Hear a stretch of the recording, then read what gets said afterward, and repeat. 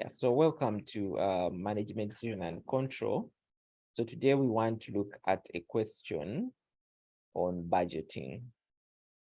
And this question is taken from one paper, which was done in December 2022. This is question 1.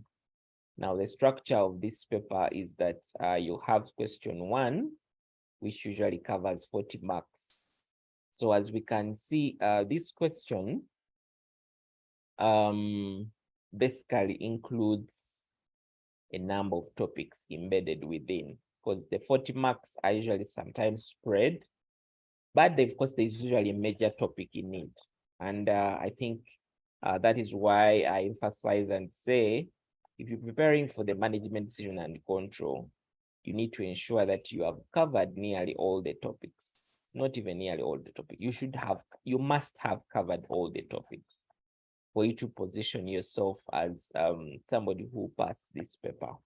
Because this question is compulsory, so it means that you cannot avoid it. For example, now this question is on budgeting, and if you didn't go through the budgeting class or you didn't prepare well for budgeting, then what really will happen is definitely you'll get challenges with passing this such a question. So I'll just proceed to read through, and then I encourage you to have a notebook, to have a pen, where you're able to note some of these things even as we go through the material. So it says that Kulika Estates Limited, KEL, was established 12 years ago as a real estate company in Uganda. KEL's financial. Okay, I'm not able to share this, but I can share on, let me just share this.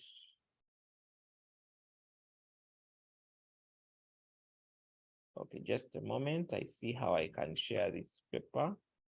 For those that definitely, if you're watching the session on recording of this session, you can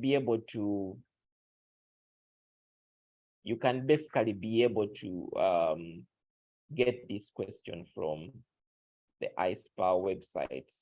Okay, these questions are usually available, but I'll just try to share with the ones that live online. Okay. So I've tried to share. I've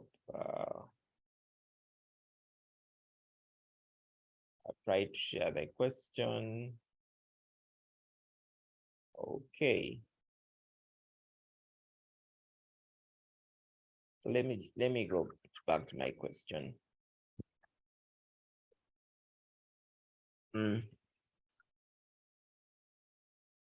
KEL invested heavily in development and sale of condominium apartments since they are the current booming industry products within Kampala and its metropolitan area.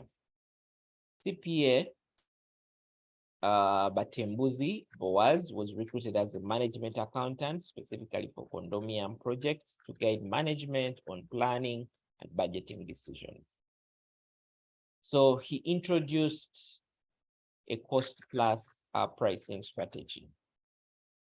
So, and then variance analysis systems.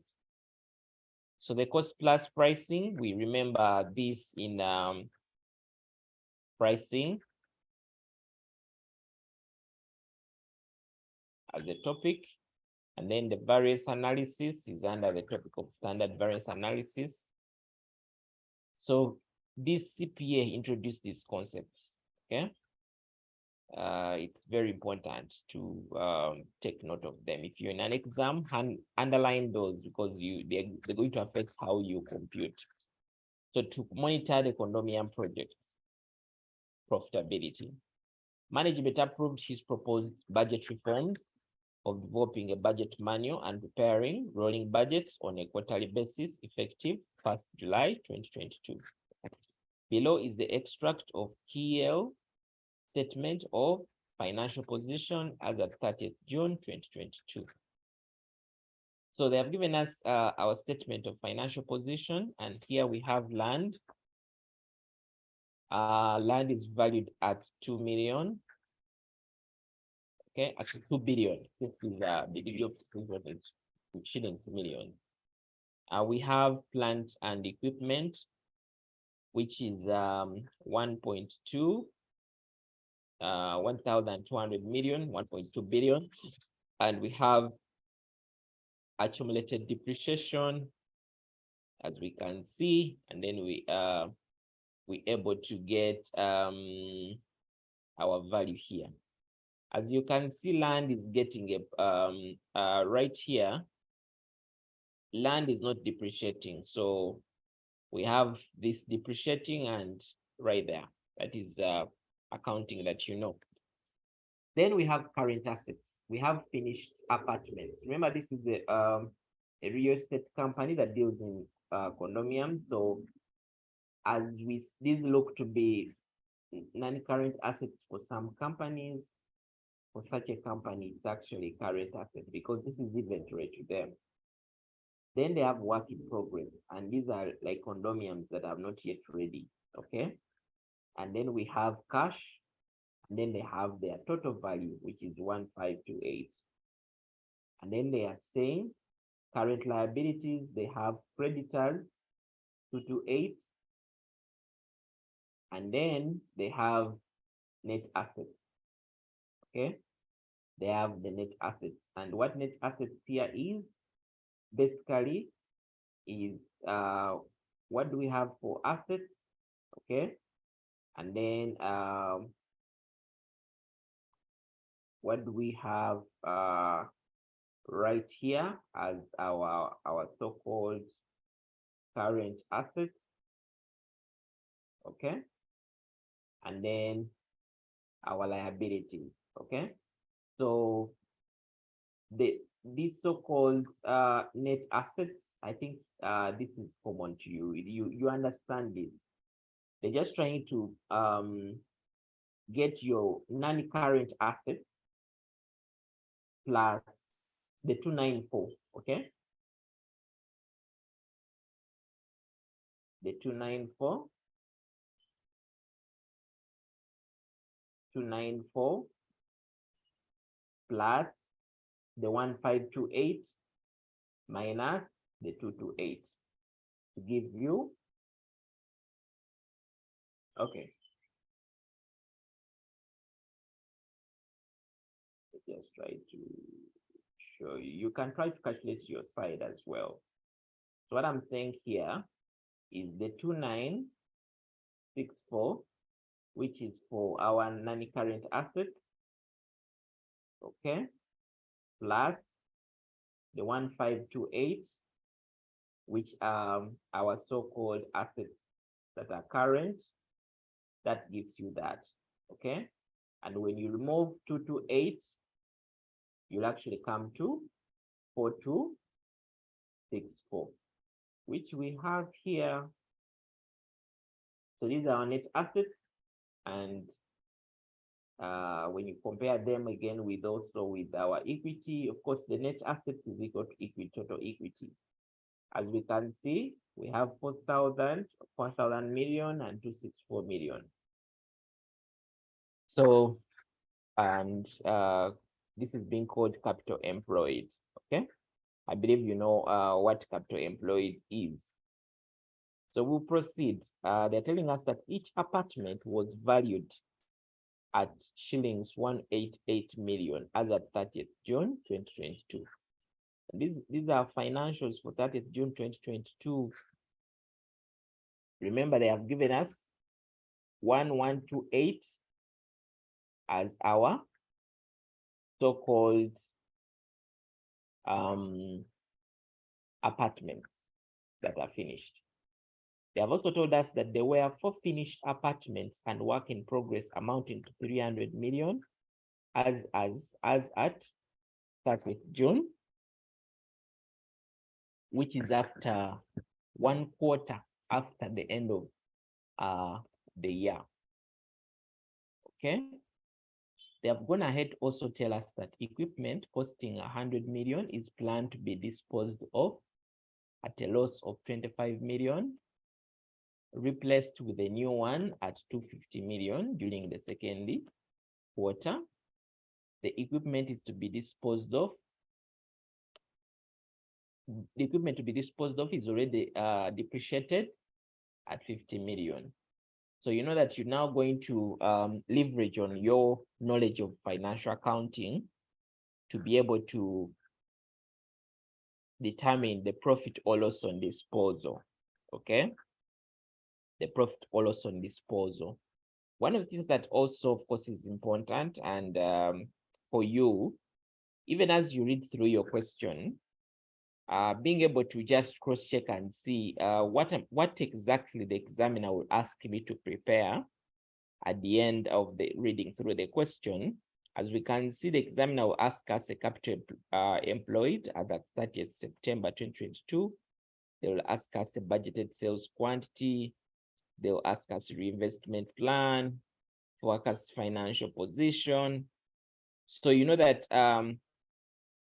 even as they give you this financial position here, which we are looking at, one of the questions is actually for you to do an estimate, a forecasted one for the period ending the year. Okay, so you know that when you do look at such changes in PPE, you know that when it comes to now drawing up your forecasted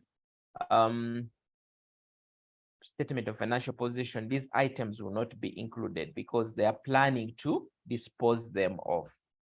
Okay, so it's important.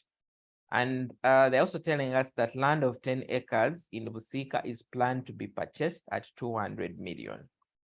So it means that even your projected balance sheet will have an increment in the value of land, okay, at 200 million per acre.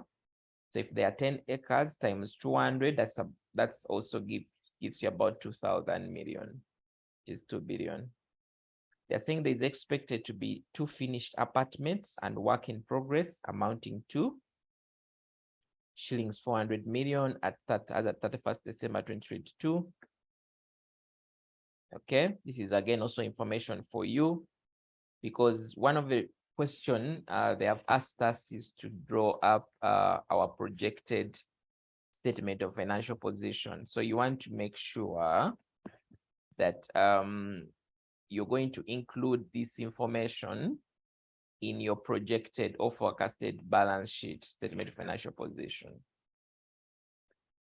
So they are telling us that accounts receivable and cash amounting to 250 and 9 million will be available at 31st December. So they are giving information, okay? You can see now the balance sheet already has information in it, apart from the information that we're actually going to compute, okay? So that is important for us.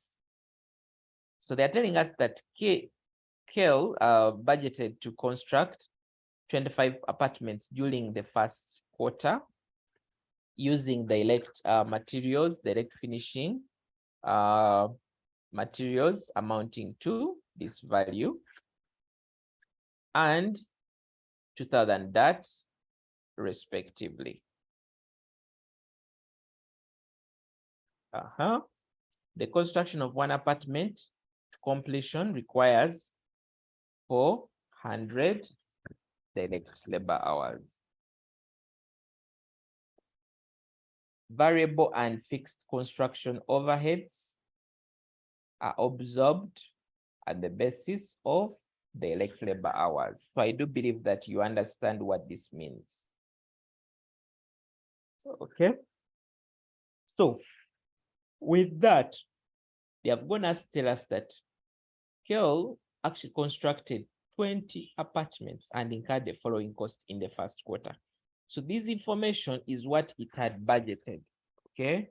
They were projections per se, but these were actually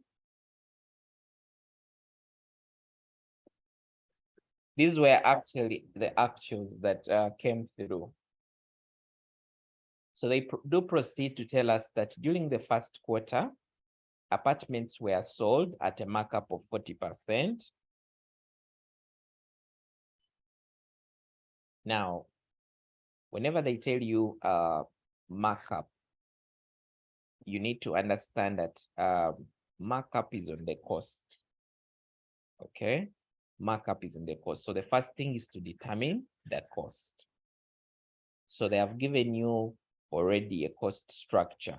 Okay, we shall see. We shall see what will happen. And they have also told you something to do with that the business now introduced a cost plus markup strategy. So you need to understand if it's a marginal cost plus markup pricing strategy, what exactly do I do to determine the price at which I'll sell my items, or at which the items were sold. So we look at how that is applied. They have given us the fixed operating overheads of this value that were incurred. They have also told us that 85 labor hours were used. Okay.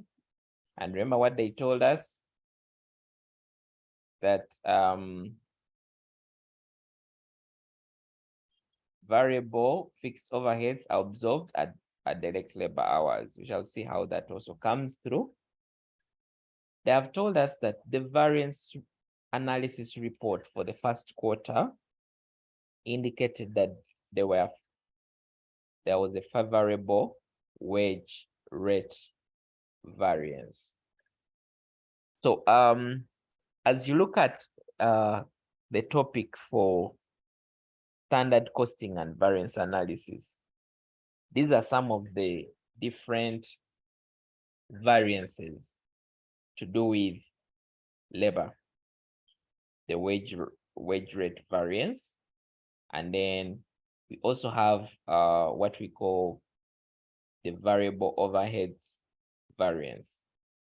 So now here the examiners, what they have done is they have computed for you these variances. So if they have computed for you the variances, you need to understand the formulas of how to get these variances, because it's after those understanding those formulas that you'll be able to now be able to determine other parameters, because there's information that we don't have here. But since we have this information, and then we also have some indicative information of, let's say, the labor hours that were used, we can easily be able to work backwards and be able to determine some of the missing information. So that is important. So understanding how the formulas come is very key. So they are also proceeding to tell us that CPA Batembuzi used inspection of accounts method to determine the number of apartments to be constructed during the second quarter in order to avoid over budgeting. Again, inspection of methods. Remember, this is part of the cost estimation topic, cost estimation and behavior. And remember, with estimation, inspection of accounts method, it helps us to be able to allocate what are our variable costs, what are fixed costs. Okay, so you know that you're going to utilize this as well. So they're telling you that he used the previous, remember with the inspection, we even have to use the standard function, the standard function of y is equal to mx plus c. Okay, so they're telling you that based on that, he based on the previous quarter performance. Okay, he based on the previous quarter actual performance. The total construction budget, for the second quarter is expected to be this value, of which fixed construction overheads are to increase by 14%. So they're telling us that the standard costs for the first quarter were used in preparing the second quarter. So you're seeing that we have information for actual cost of first quarter, and we are using it now to determine information for our second quarter. Now, I don't know if you remember, part of the budgeting methods for those that went through the topic of budgeting. We have the zero-based budgeting. We have the zero-based budgeting, but then we also have incremental budgeting, okay? And where incremental budgeting is actually looking at the previous, what was actually used previously, and it's able to build onto that, okay? So it's important. Then they're telling us that, however, the apartments were now planned to be sold at 50% markup during the second quarter due to increasing material prices. So they are giving us, again, different markup for quarter two. Then they are saying fixed operating overheads amounted to this were planned to be incurred in the second quarter. Scale top management is of the view that 1,200 million is obtained from the profit of second quarter and reinvested in a diversified portfolio. Fixed operating overheads comprise of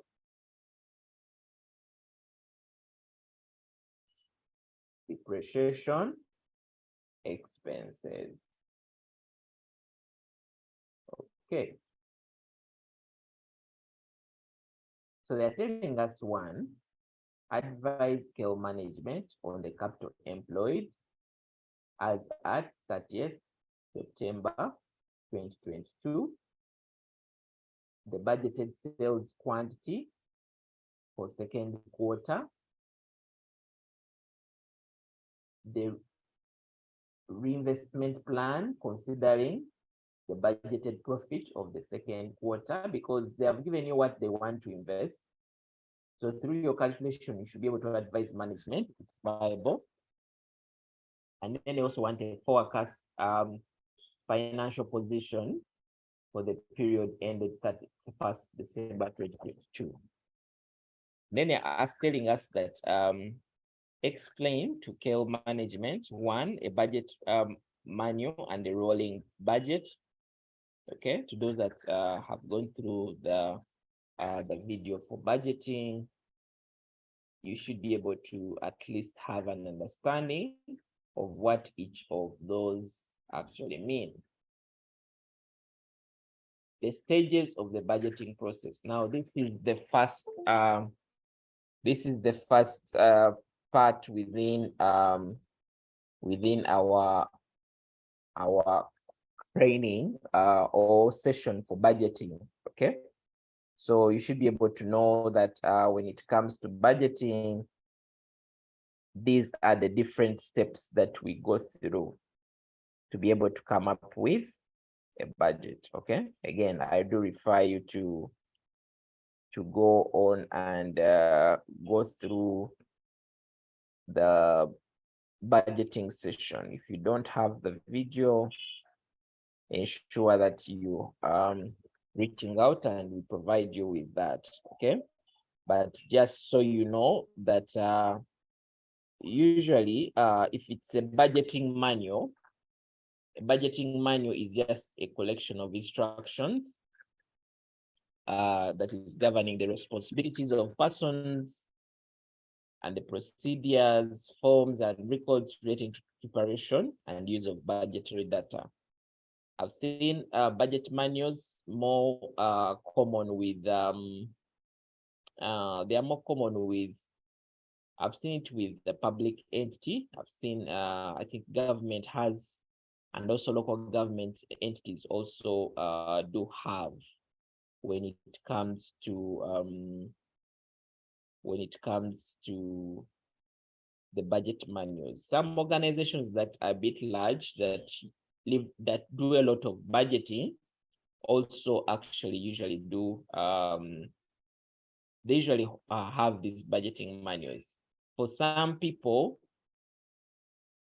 this is sometimes included within the finance and accounting manual. But nevertheless, it is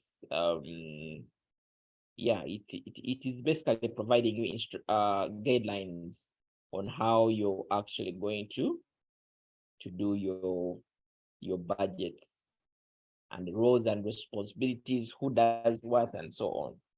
Then the rolling budget is just to do with it's a type of budget which is continuously updated by adding a further accounting period, like a quarter.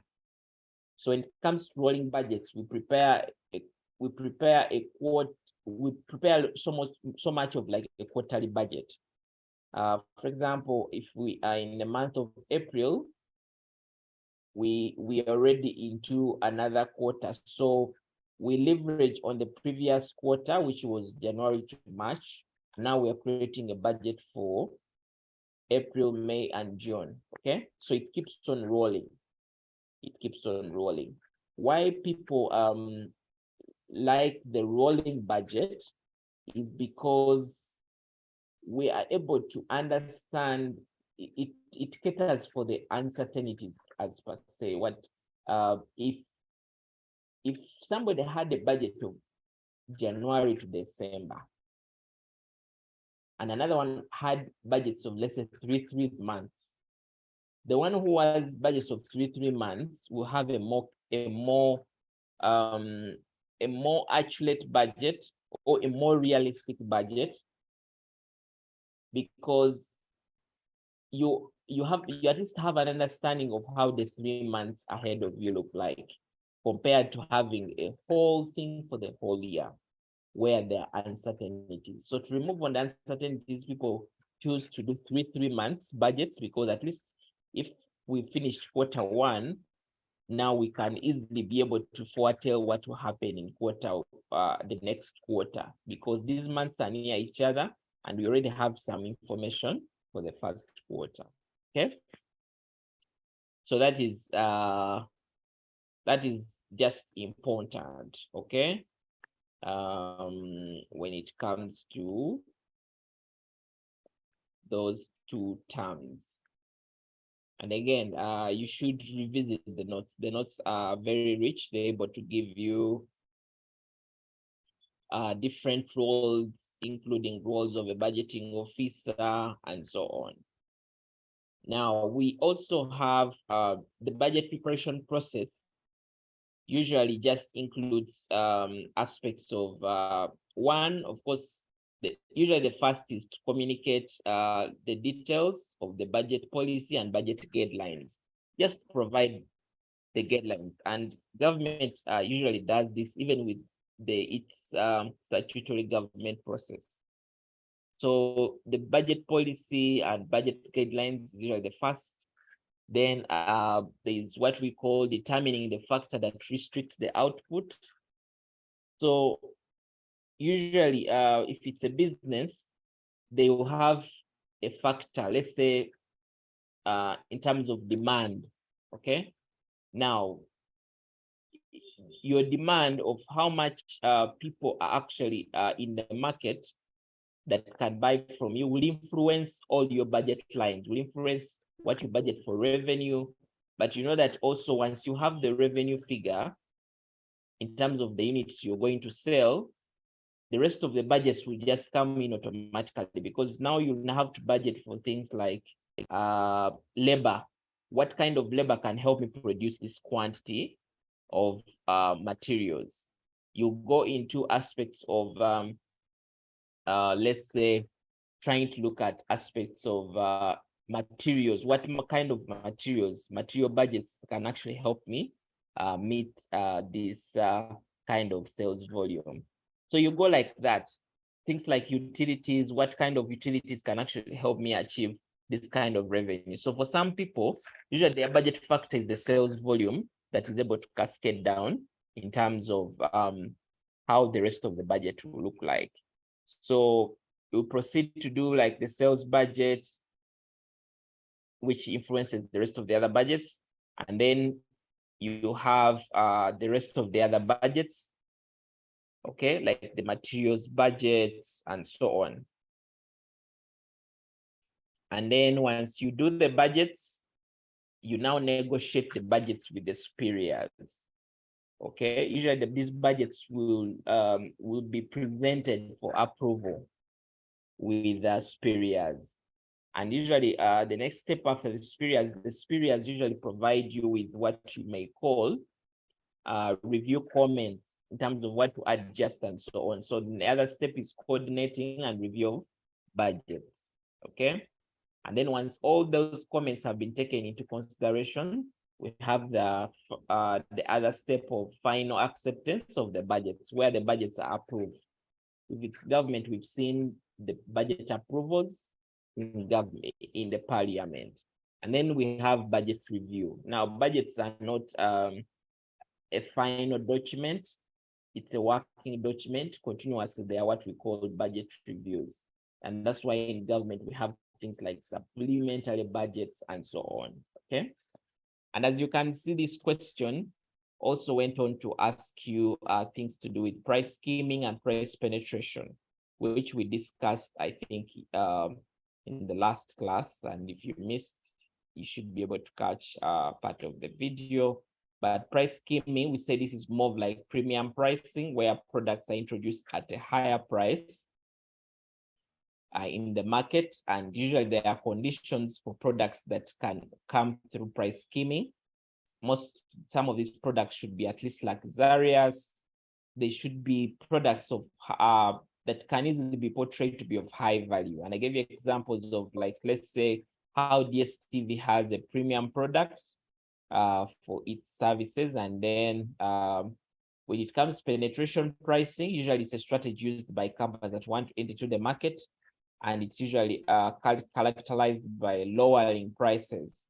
So they come and give you a product at a very lower price. And I usually use an example still in the same industry of how StarTime came with the product, their products, and made them at a lower price. And once they're able to gain the market, they went back to the normal rates. Okay, so this is just and as you can see, there's usually a narrative area when it comes to these questions, despite you being caught up in the in, let's say, the calculations and so on. There are usually free marks for you to grab. Okay, if you say a question like this, I'll know that I have over 12 marks to grab out of 40, and then I can now go and look for the remaining 28 marks basically from this information. And as we can see, it is laid up. Okay, so back to our question here. Back to our question. I'll just try to provide guidance on these questions, and I encourage you that once you have gone through the session for budgeting very well, you can be able to approach this question even in a much better way. So our first question here was asking us to compute the capital employed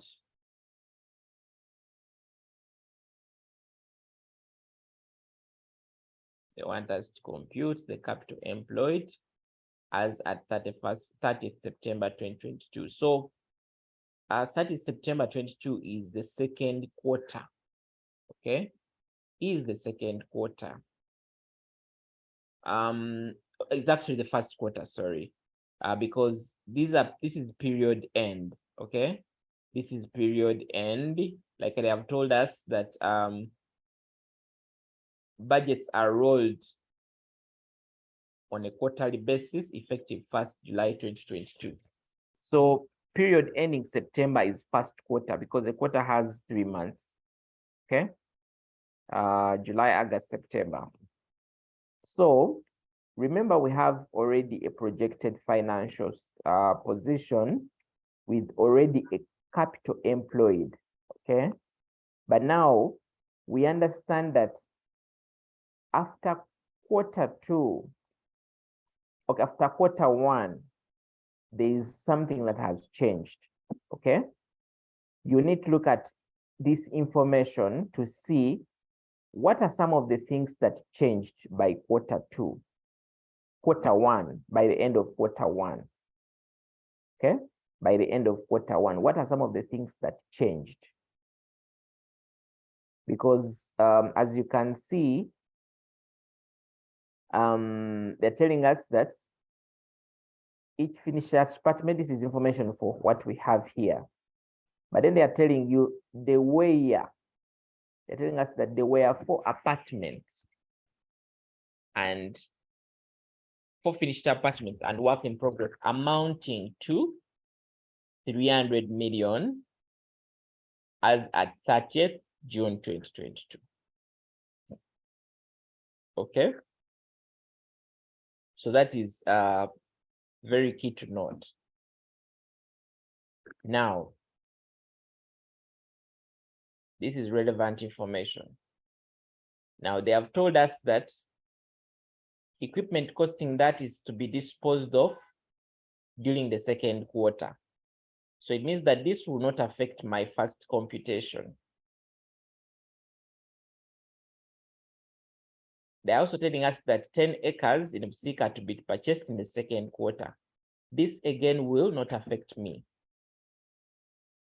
They're telling us that is expected to be 2 finished apartments, as at 31st December. This is also not applicable to my first quarter. They're also giving me information on my accounts receivable and so on. This is also not applicable to me. Okay. But this is applicable. They're telling me that they budgeted to construct this. But also, one of the things that I take note here is that despite me having the budget, okay? Despite me having the budget for Q1, I do have my actuals. And what they're asking for me here is actually actual, okay? So I have to take note of that. So I have budget information. I'll use some of it because this budget information is being provided to me, and they're also giving me what they called the variance report. This variance report. So I'm going to work with this variance report because remember, when you're calculating a variance, the standard is that you look at your actuals vis-a-vis your budget. Okay. So if you have your variance and you have your budget, you can easily be able to work around to determine some of your actuals. So I'll be able to use that information where I need to. And they have also told me these are the costs that they incurred. They have told me that during the first quarter, apartments were sold at a markup of 40%.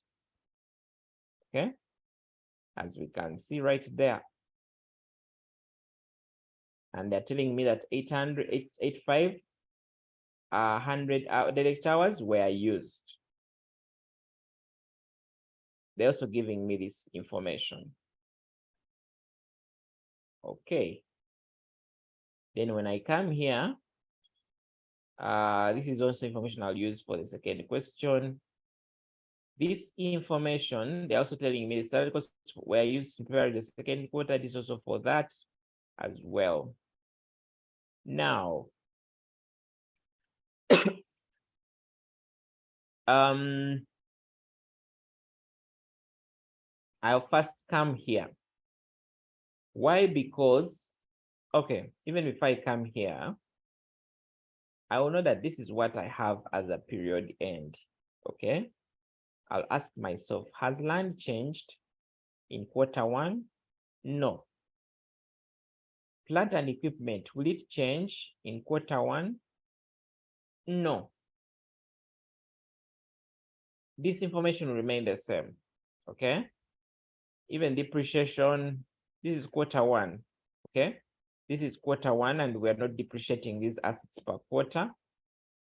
The only information they gave me about depreciation was to do with an asset I'm going to dispose in the second quarter. So this information remained the same. Now this information, finished apartments, definitely the finished apartments as of end of Q1 will be different. The work in progress will also be different. Okay. Cash maybe also be different. Creditors, there is no information that maybe creditors were paid.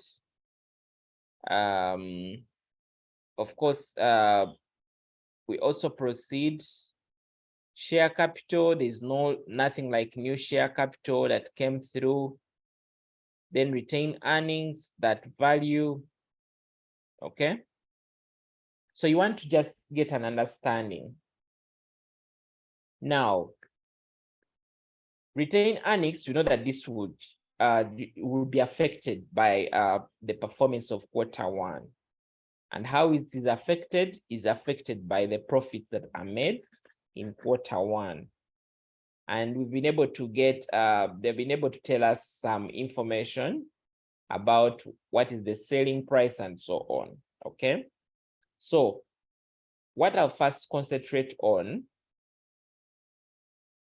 what my concentration will be first is to first get this information, as you can see, and use it to determine what was my revenue, okay? What was my revenue at the end of the day, if these were the construction costs in Q1. So I'll just come here.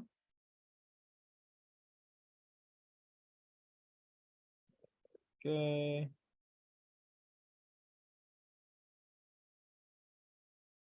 Okay. So I'll need to copy manually, which is okay. So you two can be able to have that information in your book.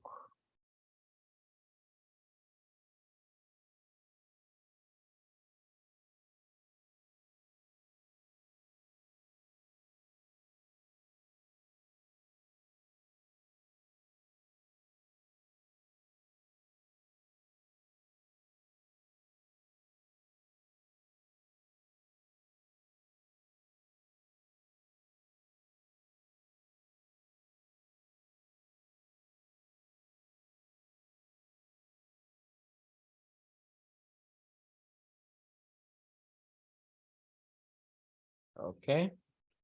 So I'm just trying to pick what I have and see how I can be able to capture.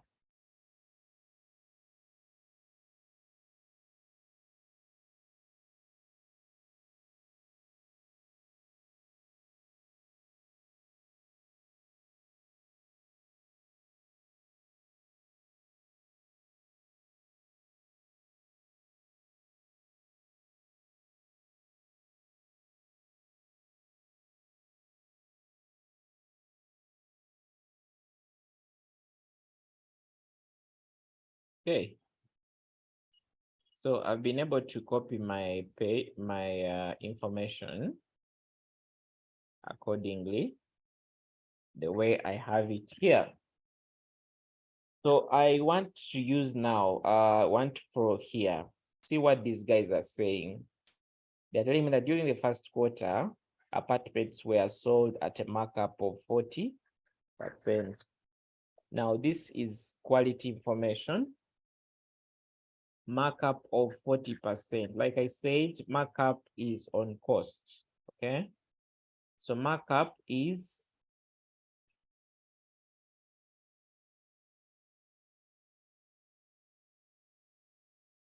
markup is 40%.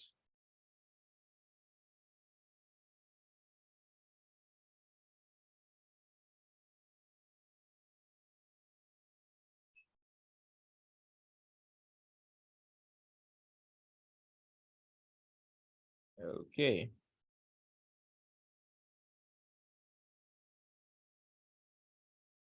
All right, which is about 4.4, 0.4. Now, there is something that they also told us, which is very, very important, that these guys had introduced what they call the marginal cost plus markup strategy. The marginal cost plus markup strategy. Now we have what we call full cost markup pricing, and then we have what we call marginal cost pricing. Now, when you get the total of this, okay, this is total cost, okay. So if we were using our so-called the full cost markup,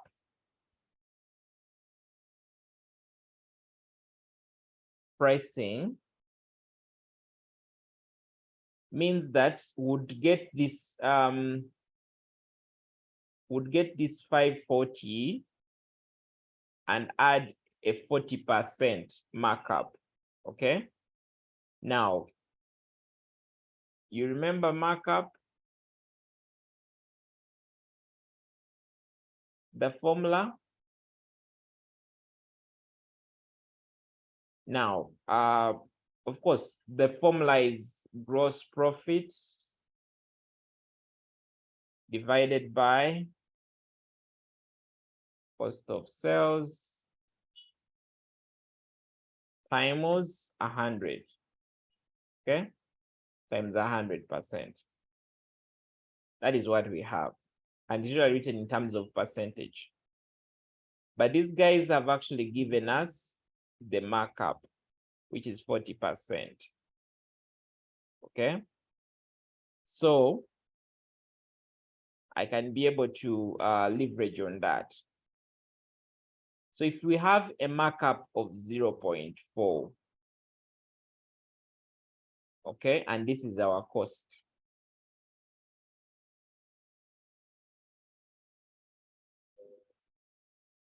What would be our gross profit? Okay, you know, we said markup is given by gross profit divided by cost. So if I have 0.4, this is equal sign.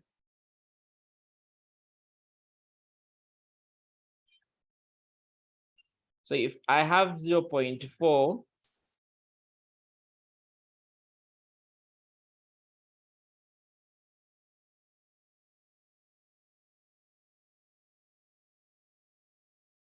equaling to my so-called gross profit, which I don't know, divided by my cost, which is this value. So I can be able to cross multiply, and I'll have my GP to be 0.4 times 548. So full cost plus pricing is on full cost. Now, the one that these guys are using is at marginal. Now, a marginal cost, okay? A marginal cost is like a variable cost. A marginal cost is like a variable cost. And whenever you're speaking about marginal cost, you're speaking about additional cost, because marginal cost is the additional cost for extra unit of product produced. So it means that if you're looking at marginal costs, you have to leave out fixed costs because they are not marginal in nature. They are fixed. They don't change with change in output. Okay? They don't change with change in output. So it means that your total, because these are total costs, these are not unit costs. So your total marginal cost in this case is actually the summation of from here to here, okay? Which gives us 4630. 4630. 4630. That is basically what we have. Now, in case now that you have your so-called marginal cost, we'll now have to do what? We'll now have to get our so-called, we are going to try to determine what is our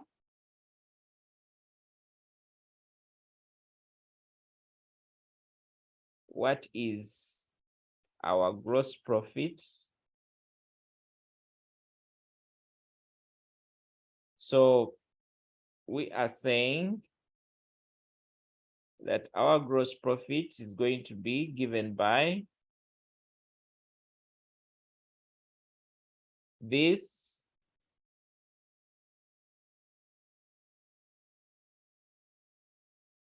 we are going to multiply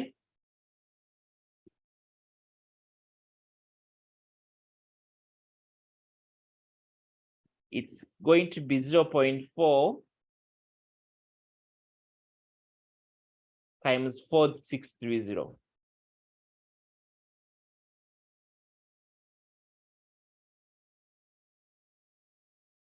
.4630, which gives me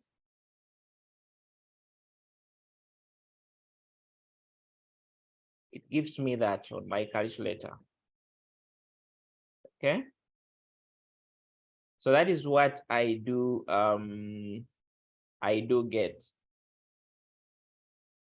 I hope you're able to get the same thing.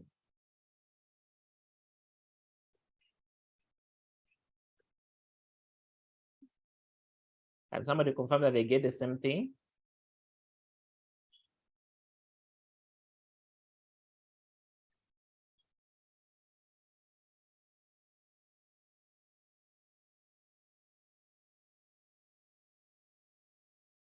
Okay. This is the gross profit. But now this gross profit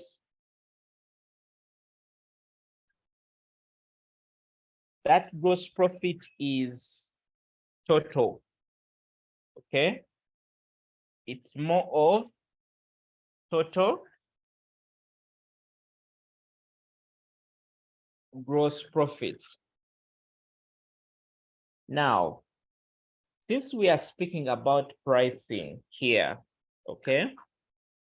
Since we are speaking about pricing here, it's very important that we interest ourselves to understand, are we able to tell how many units were actually sold, okay? So from this information here, they're trying to tell us that each finished apartments was that at 30th June, there were 4 apartments and work in progress amounting to that. That is what they are telling us right there. That information was not relevant, but it's something they told us here. You see, they told us that Kel constructed 20 apartments. And these costs that we have been looking at are actually for 20 apartments. Okay? They are for 20 apartments. So if you have this marginal cost, okay, your question is, this is for 20, but what is the unit?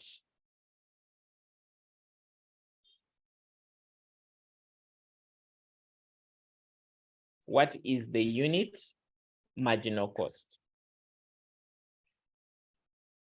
Now, the unit marginal cost, okay, means that we are going to get the total, this, and divide it by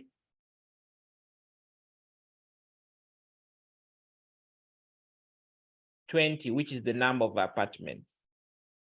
Okay, so it means that 231 is our unit cost. You get the principle.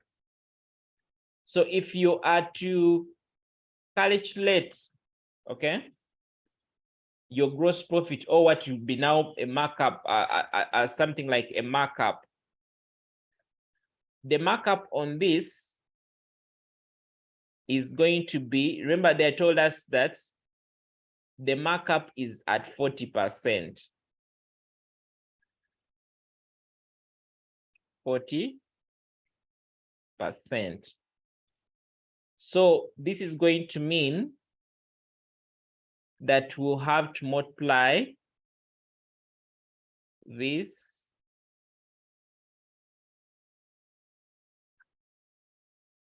times 40. Okay, I'll just use my calculator here. 231.50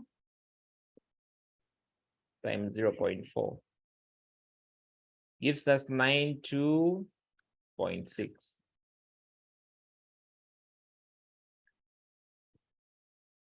That is the markup. So if we have a markup, we have the unit cost, then we have the markup, then we can have the selling price. So because you remember they told us that the pricing strategy is markup cost plus pricing strategy. So our price is 32410. Okay. Now, if that is our price, okay, if that is our selling price, you just ask yourself, what is the revenue? What is the revenue? What is the revenue? Basically, what was sold, okay? What was sold? We know that revenue is usually given by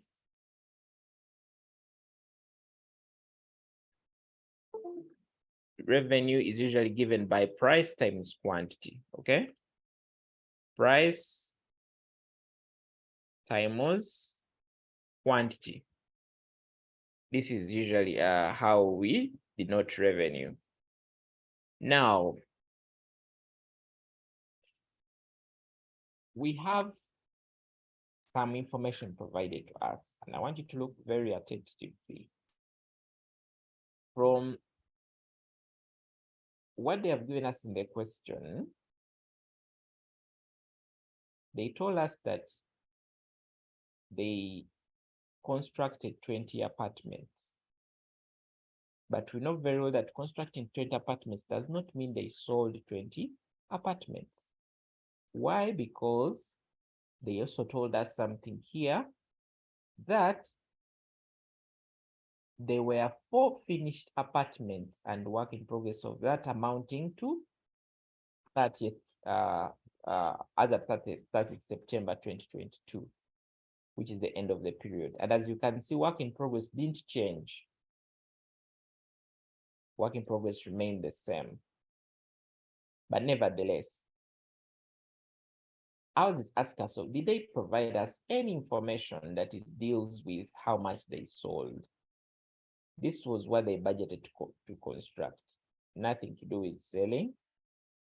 In the first quarter, they just told us about the markup.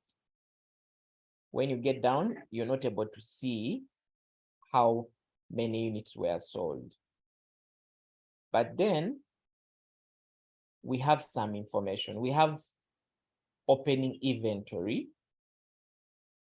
We have opening inventory, and we also have closing inventory. So if we have opening inventory and closing inventory, yeah, we can be able to, okay, not only that, but we also have inventory that was actually constructed during the period. So we can be able to analyze and determine how many units were actually sold in the period, okay? How many units were sold in the period. So what we should first start with is, how many units did we start with, okay? What is our opening inventory? So I'll just try to do something in Excel. Say the opening inventory. So opening inventory, we look at the period ending 30th June. They have told us that the finished apartments are valued at 1128 million. And they're telling us that each apartment is valued at 188 million. So the question is to ask yourself, how many apartments are actually here? Okay. So what I'm going to do to determine my number of apartments that I'll have here, I'm going to divide how much I have in my so-called balance sheet or statement of financial position. So I have 1128 as the value of the apartments, and I'm going to divide that by 188, and it is telling me that I have 6 apartments. Okay.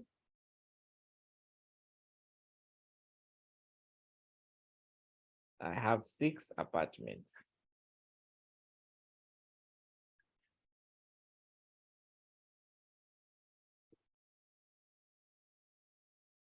So I write my 6 there. And that's what I'm starting with. Now, that is as at 30th June 2022. Now, I'll look at what was constructed during the quarter.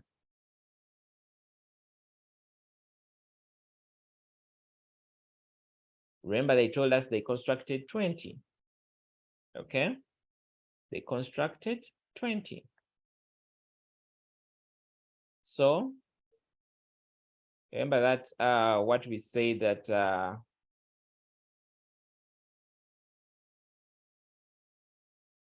you can say maybe we used to call goods available for sale.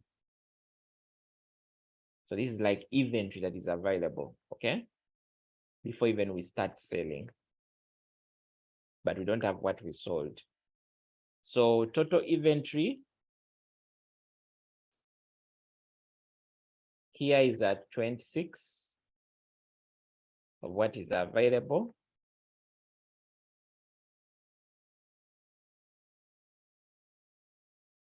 But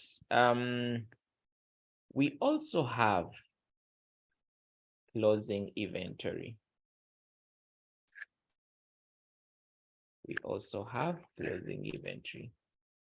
So closing inventory, they told us that at the end of Q1, there will be 4 finished apartments and work in progress of this value. Now, I'm not concentrating so much on work in progress because as you can see, work in progress remained the same as at 30th September.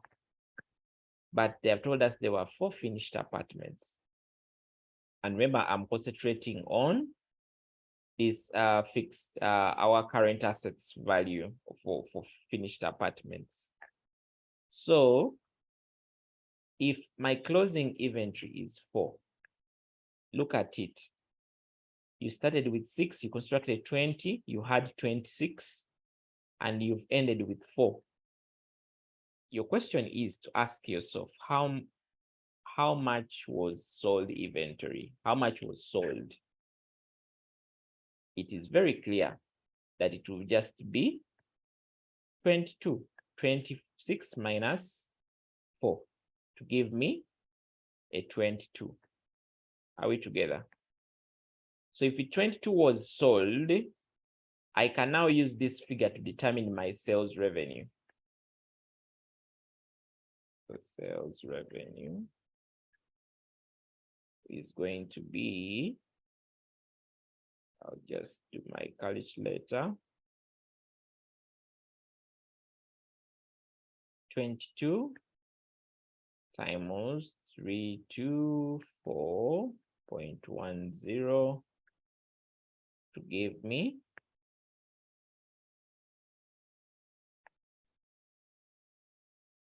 is giving me 7130.20 as my revenue. Okay. Now, it's also very important that remember they have given me they gave me information. Let me just draw your attention here. So when it came to performance for this quarter, they told me about price. Then they also told me that they incurred fixed operating overheads of this March. Other than the fixed construction overheads, they have the fixed operating overheads. And this number of hours were used. Okay. Remember already we have the direct wages. So our focus is so much on this other extra cost as well. Okay. But then our intention is to determine what is changing in regards to this information. You remember? So we said our land, plant equipment, all these remain the same, but this will keep changing. Okay. These will keep changing. Now, of course, we don't have information on whether the customers paid immediately and so on and so on. Okay. But at least they have given us some information about let's say the 4 apartments that will were there at the end. So we can determine the cost, basically the value of those 4 apartments at the end of what could be at the end of the period. Why? Because we have the unit. Remember,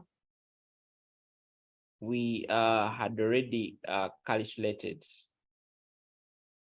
If you're trying to look at the value, we had calculated our unit marginal cost. Okay, remember inventory is valued at cost. So if you're looking at your closing inventory of those apartments, the 4 apartments, then you're saying that these apartments are actually, if they are looked at a marginal cost, which is 231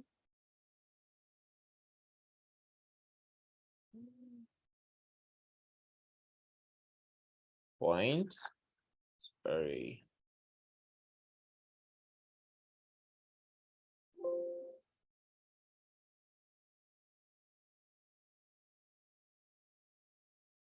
let's pick this here.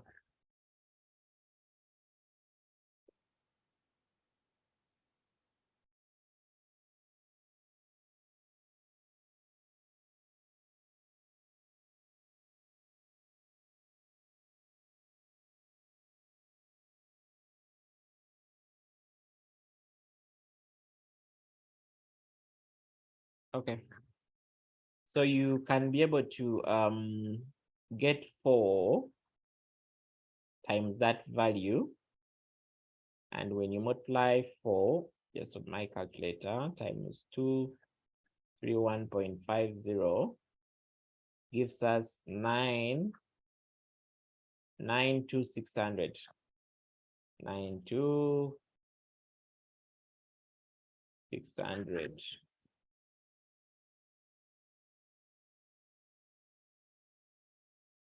That is what I'm able to get. Closing inventory. Okay.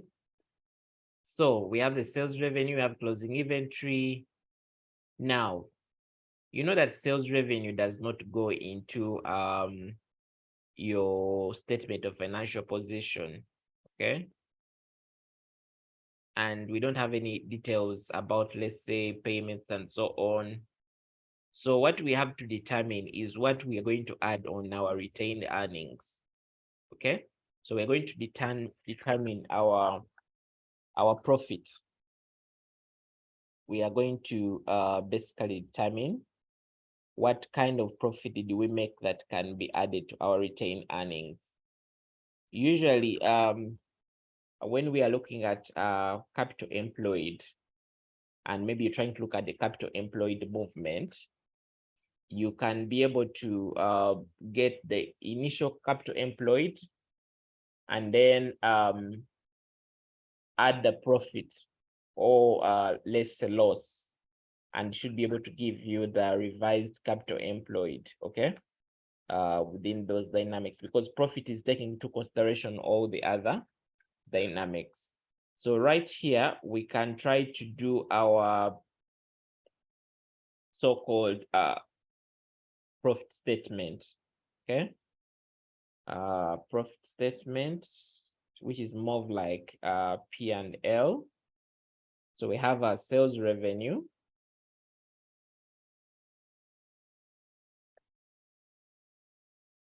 We have our sales revenue, and remember we said that our sales are now at that value. So you just bring it here.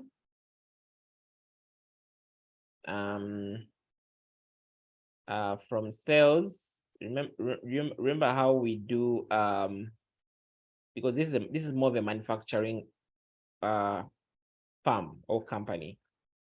Okay, so you know that we are going to do sales, and we are going to less our cost of sales. And what our cost of sales is, our cost of sales is usually opening inventory, add finished, we add in terms of what has come through from production, and then less closing inventory. But remember, this is a manufacturing company, so it has different sets of inventory. So we have finished goods and work in progress. So we need to recognize that as well. So you can call this the same thing, opening finished apartments, That is what we are doing. So remember our first finished apartments, the ones that we had, if you to remember, from our question, they were around 1128. We just try to just show you something. So we had 1128.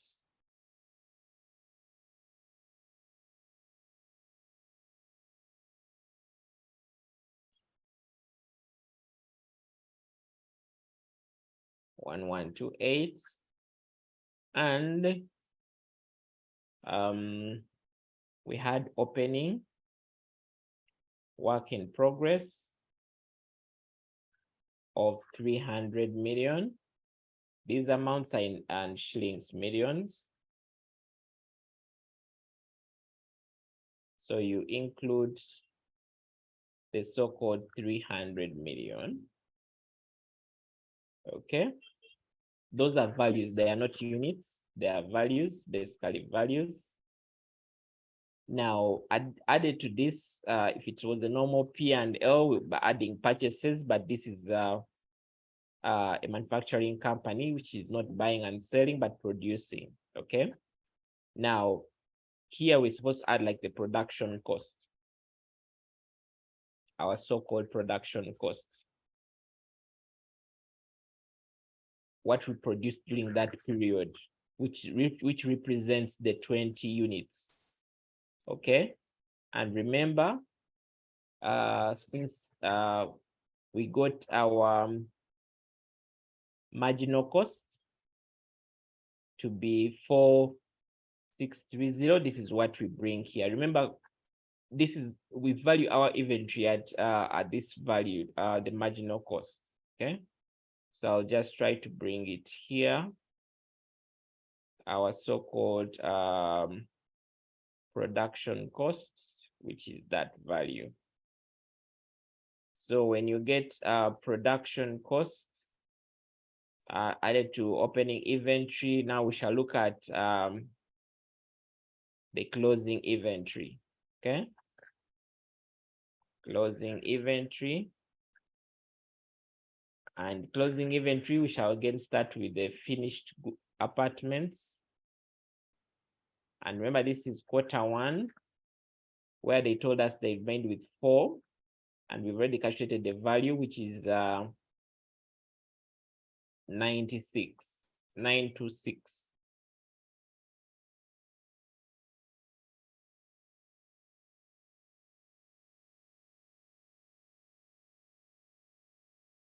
Okay, I think this should not have.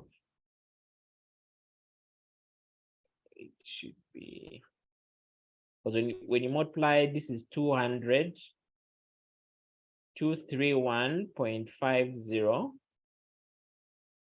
times 4 gives you 926. So this is 926. But this time, this one will actually be a negative.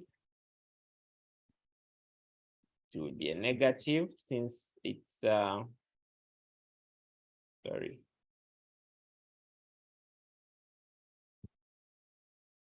It will be a negative since we are less in closing stock. I know you know the formula of cost of sales. So, and the other is closing inventory of the work in progress, which didn't change,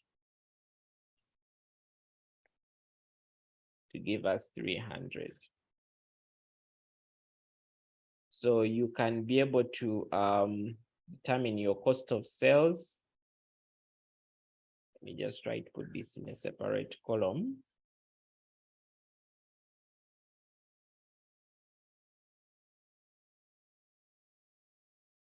So my cost of sales is basically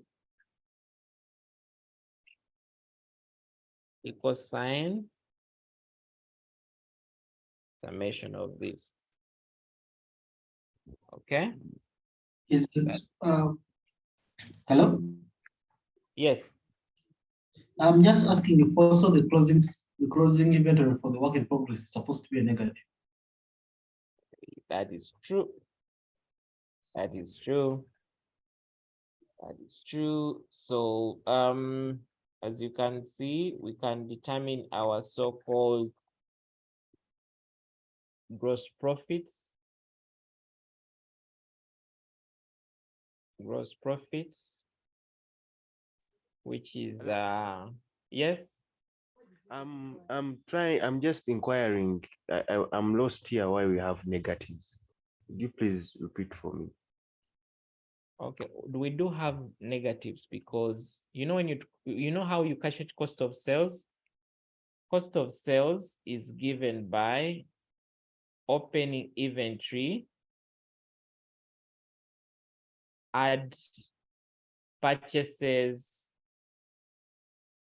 and less closing inventory, isn't it? Do you agree to that? To that generic formula? Yes, I do. Yes, and for manufacturing companies, this inventory will include the finished goods and work in progress, and maybe raw materials in case you have them. And then purchases will also include, for manufacturing, these purchases represents the cost of finished goods or cost of production. And then we less close. So that's why we are putting the negatives. So is that okay now? Yes, it is okay. Okay. So we have that gross profit that we have gotten there to 298.50. But this is not over because we want to get a figure that we can take retained earnings. Now we can now bring in our other costs, okay? Now the other costs that we do have, remember, we had this fixed cost that we have left out. So we bring in this fixed cost here.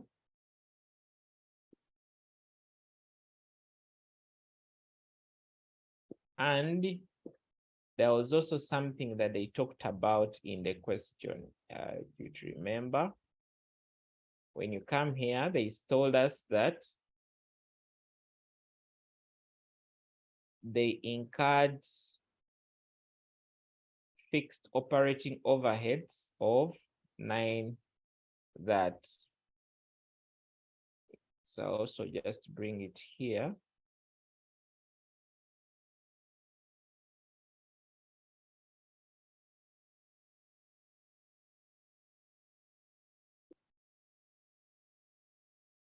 And remember, those ones we are also, these I could also put, okay, maybe I'll do on the total, but you can also put them as negatives.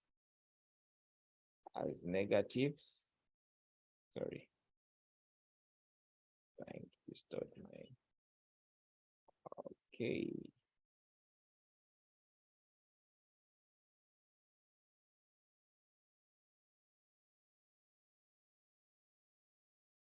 So total of these is summing up. These ones gives me that. So negatives, I'm able to determine my so-called net profits.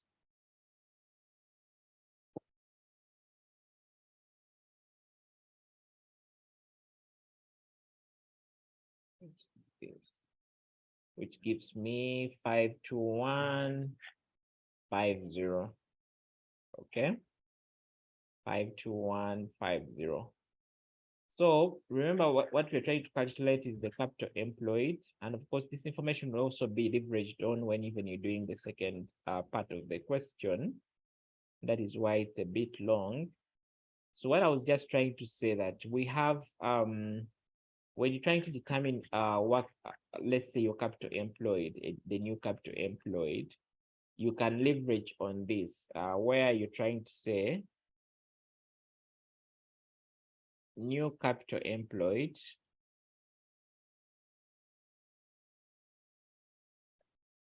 will be given by the old capital.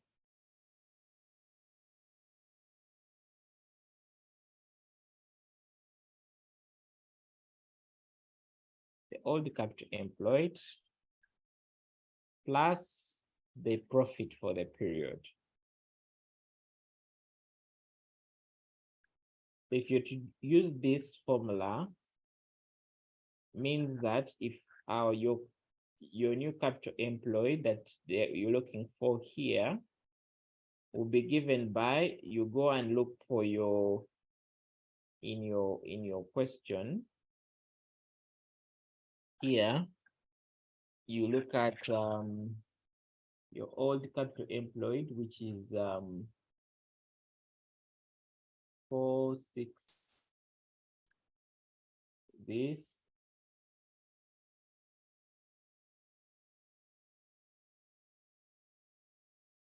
plus this.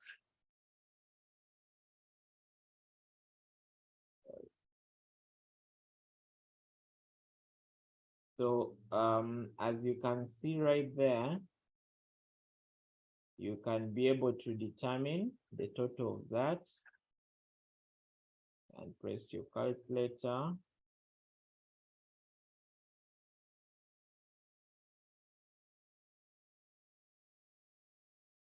And to give you this. Okay, so instead of drawing again your statement of financial position and so on, you can be able to directly compute your new capital employed like that. So that is what you basically needed to do. Now this question had something to do with budgeted sales quantity for the second quarter.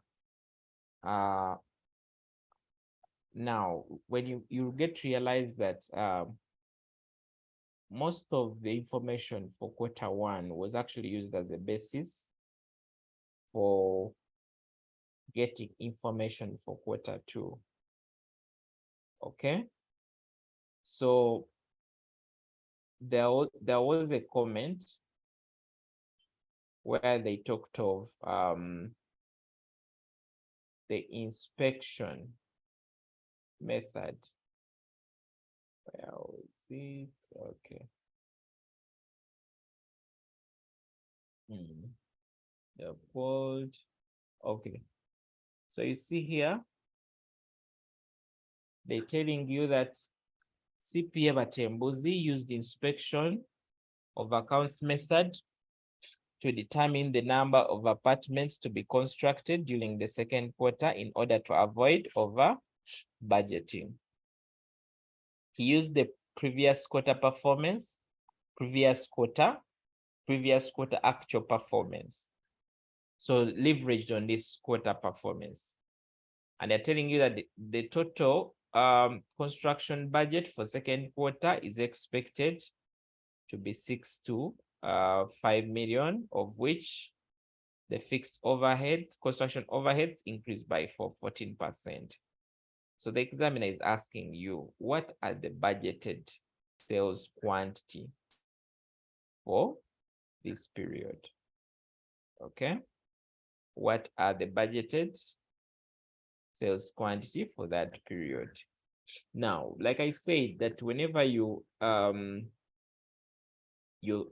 hear about the so-called inspection method, okay, whenever you hear about the so-called inspection method, what should come to your mind is this: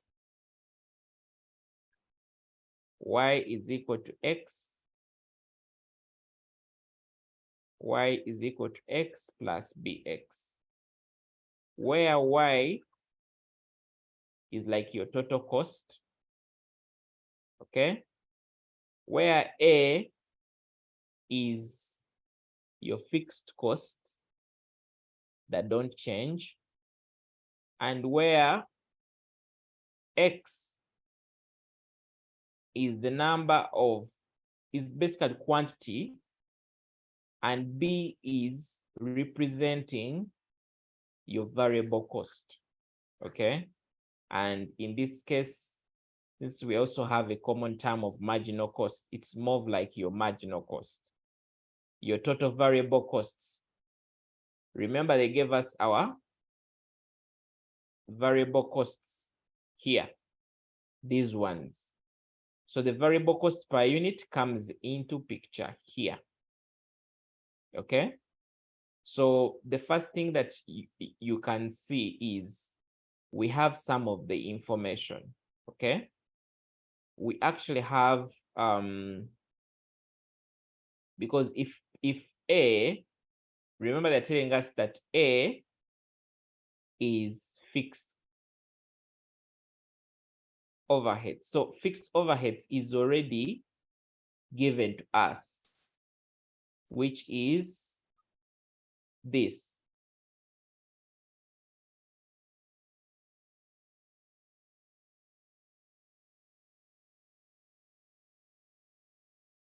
Okay.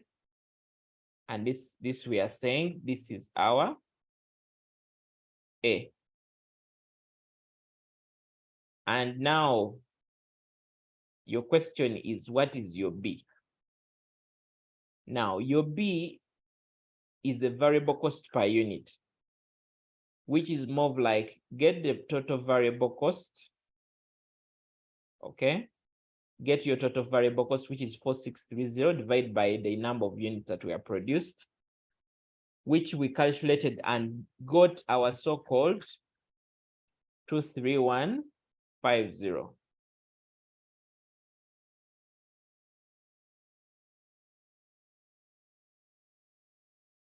So this is your B. Okay. Now, remember they told us that Y is what? Is total cost. Y is total cost. Remember this function is like total cost is equal to fixed cost plus total variable cost. So we have Y to be total cost. So your question should be, do I have the total cost? You come here, and this is what they are saying, that the total construction budget for second quarter is expected to be shillings this. So you actually have your so-called Y. Your so-called Y. So you just ask yourself, so when it comes to my formula, what is actually not there? What is not there is the X. So you can go on to substitute in your function and say 6256525 is given by A, which is 850. Remember, all these things are in millions.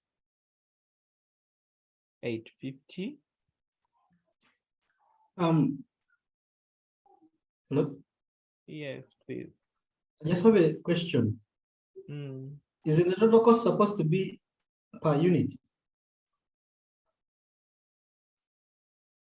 What do you mean, sir? This is the total cost function, which is adding the fixed costs, the total fixed costs, plus the total variable costs. And that is why you see here, you multiply, like I told you, this is total cost is equal to fixed costs. And these are usually also total fixed costs. Of course, fixed costs are total, they remain the same. Okay. And this is total variable costs.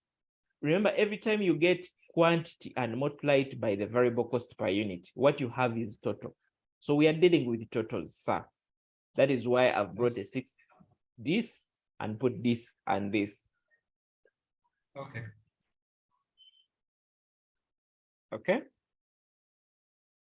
So I can be able to determine my X from here by taking the 8, 6, basically getting 6, 5, 2, 5 minus 850 gives me this value. So what I'm going to basically have is this value. This,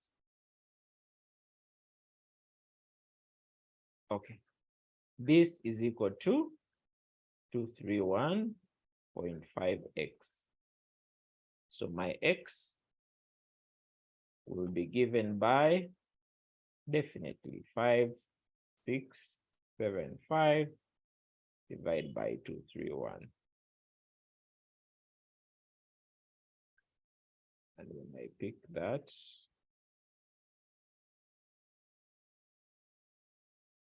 I'm able to get 24. Now, of course, these are apartments. These are apartments. And if since they're apartments, I cannot say 24.5 what? I would say these are the full apartments. Okay. When it comes to quantity, you don't round off like what we do in normal mathematics. It is only regarded full if it is full. So these are 24 apartments approximately. So that is what you basically have. Okay. So now these 24 apartments that we have gotten are apartments that are going to be basically produced. So it is more of production budget. Remember, we will be looking at the total cost, okay? But the examiner asked us something. The examiner asked us to provide for the sales budget. The budgeted sales quantity. So what is going to be sold, okay, is our interest. What is going to be sold is our interest. Now, remember, okay, remember we have our opening stock, which is 4. They told us they'll end with 4. Openings inventory is 4. Okay. Production is 24. Okay. Now, I was asked ourselves, is there any idea of how much should actually be the closing stock? Okay. Is the closing stock highlighted for quarter, for this quarter, so that you can be able to determine how much needs to be sold? We will come here.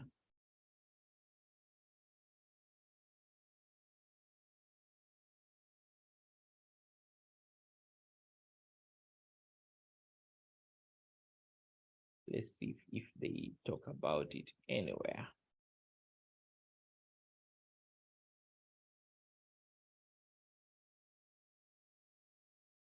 Okay.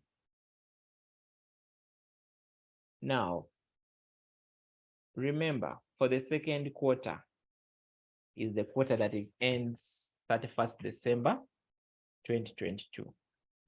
So they're telling us that it's expected that apartments, 2 finished apartments, will exist at 31st December. So these two apartments, these two finished apartments are our closing stock. So our closing stock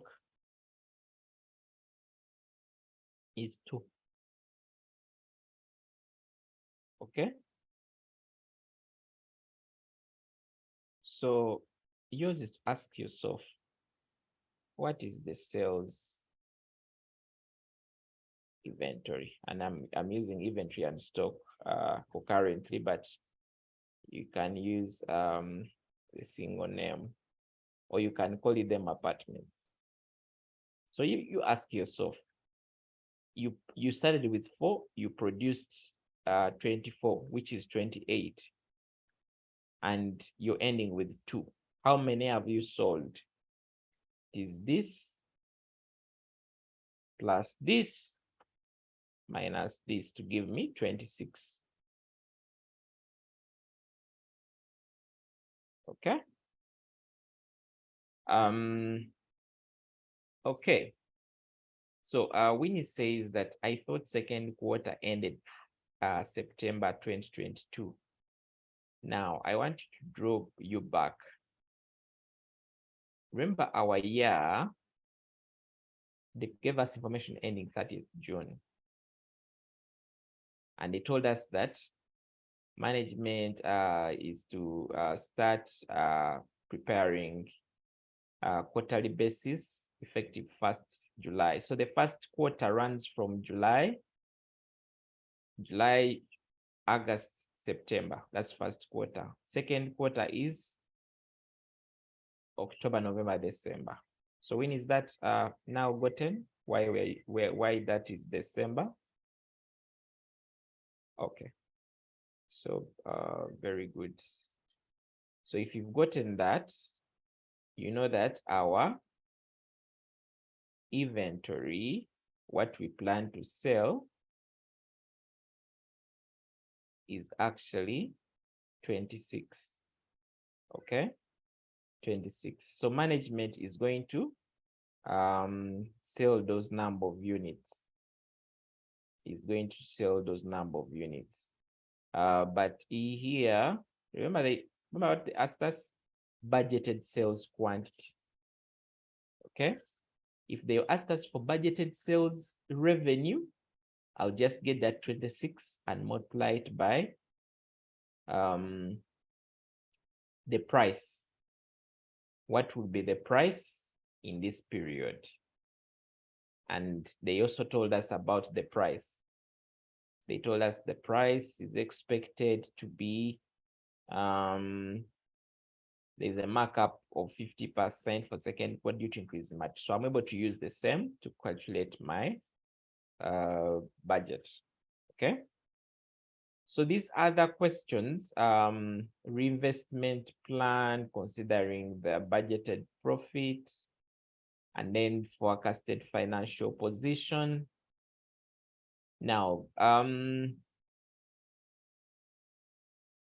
those basically, you because of time will not be able to do them, but I do encourage you to once you've gone through the budget session, to try them out.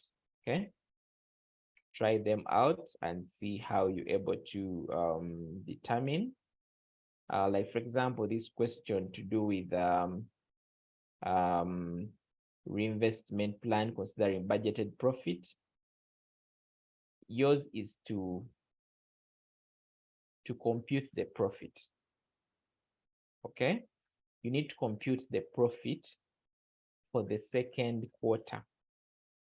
And I've already showed you how we compute the profit, of how we came here. We came to and did this.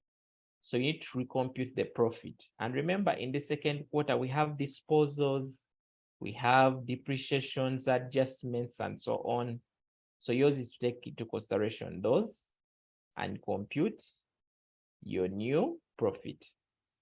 And from your new profit, you know that management wants to pick 1,200 million. So yours is ask yourself, does management have capacity? Okay. much likely you get either a higher profit or a lower profit. Now, if you get a higher profit, then you give them the go ahead. If you get a lower profit, then you should signal to management that management does not have capacity to finance the diversified portfolio that you're looking at. Okay, so that is important. Now, the other part of this is also what the ASTAS is a forecast financial position for 31st December 2022.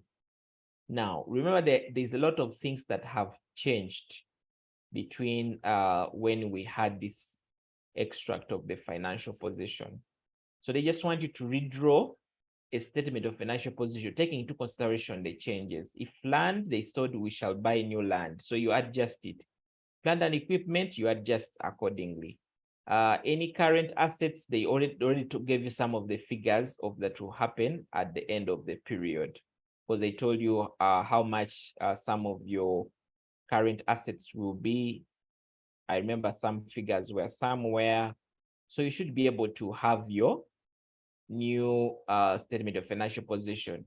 Retained earnings, you'll be able to have calculated your profit in this previous question. So you should be able to have a statement of financial position presented. So friends, that is what I wanted to share with you today.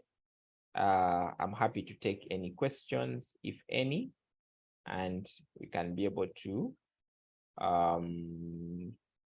leave it at that. Okay.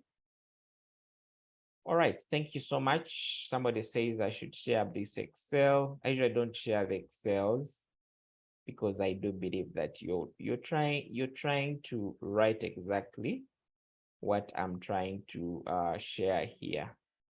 But nevertheless, I can just try to see if I can save it and share. But I encourage you to retry the question, so that you can be able to capture this same information, or to revisit the recording just in case you're able to receive it and see where you went wrong. So thank you so much. And I'm going to share the remaining topics, Sandra, and let's ensure that we go through them, friends. Let our target be that by at least within the next 2 weeks, we should have completed everything. All right. So thank you so much, and I wish you all the best. Bye.